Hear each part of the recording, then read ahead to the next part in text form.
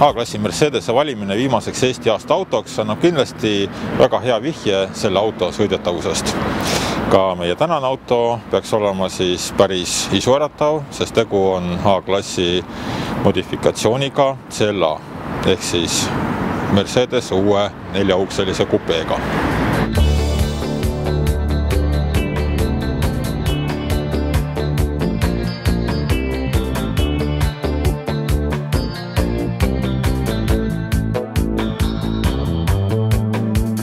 CLA ongi justkui kaks erinevat autot, mis kummalisel moel on ühtseks tervikuks liidetud. Sportlik, kupeelik katusejoon ja sedaani ruumikus peavad andma siis uutele klientidele põhjuse sellele mudelile tormi joosta.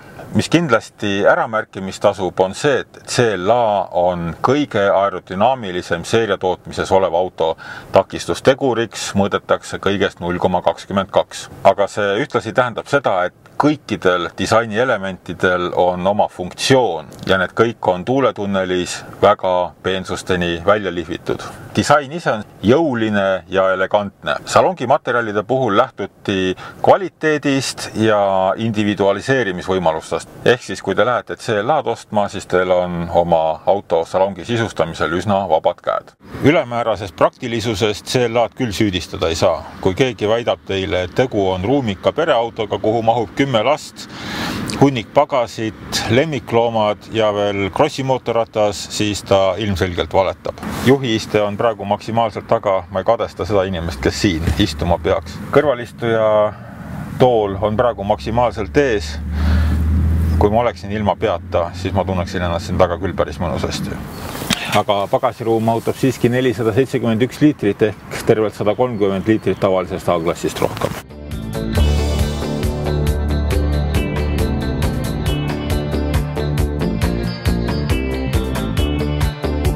Varustus on saadaval siin üsna palju elektroonikat, tõsi küll enamus sellest on lisavarustuses, kuid olemas on nii pimenurgaandur, aktiivne parkimisassistent, mis võimaldab mugavalt nii paralleel- kui ka ristiparkimist. Muudest vidinatest mainigem siis ära adaptiivse püsikiirushoidiku ja kokkupõrke ennetussüsteemi, mis suudab auto täielikult kinni peatada, kui juht hoiatustele ei reageeri. Otse loomulikult on siin saadaval nelikvedu, me juba rääkisime mootorivalik, on kõik üle võetud A-klassilt ja töömahtude vahemik jääb 1,6 ja 2,2 liitri vahele ja võimsused 122 ja 211 hobujõu vahele.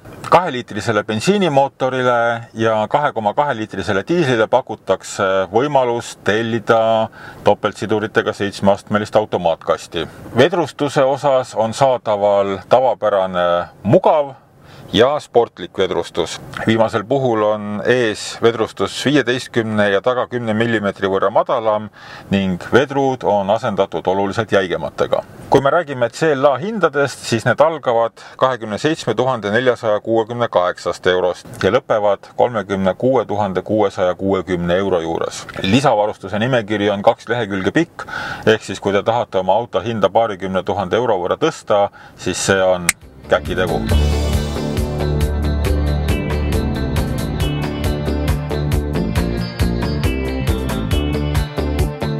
CLA on tegelikult sõita päris mõnus.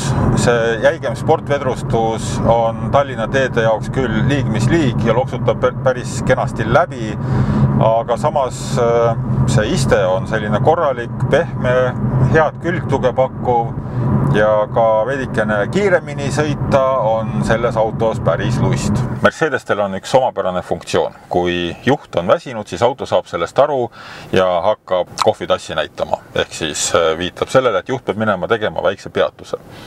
Mulle CLA meeldib. Kui tavaliselt ma jõua Mercedestega 100 meetritki sõita enne, kui ma kohvitassi nägema hakkan, siis ma olen CLA-ga sõitnud juba mitu päeva ja kohvitassi, mida ei ole, seda ei ole. Selline on siis Mercedese uus CLA-klass. Päris lahe auto. Meie kohtume teiega nädala pärast. Seniks nägemist.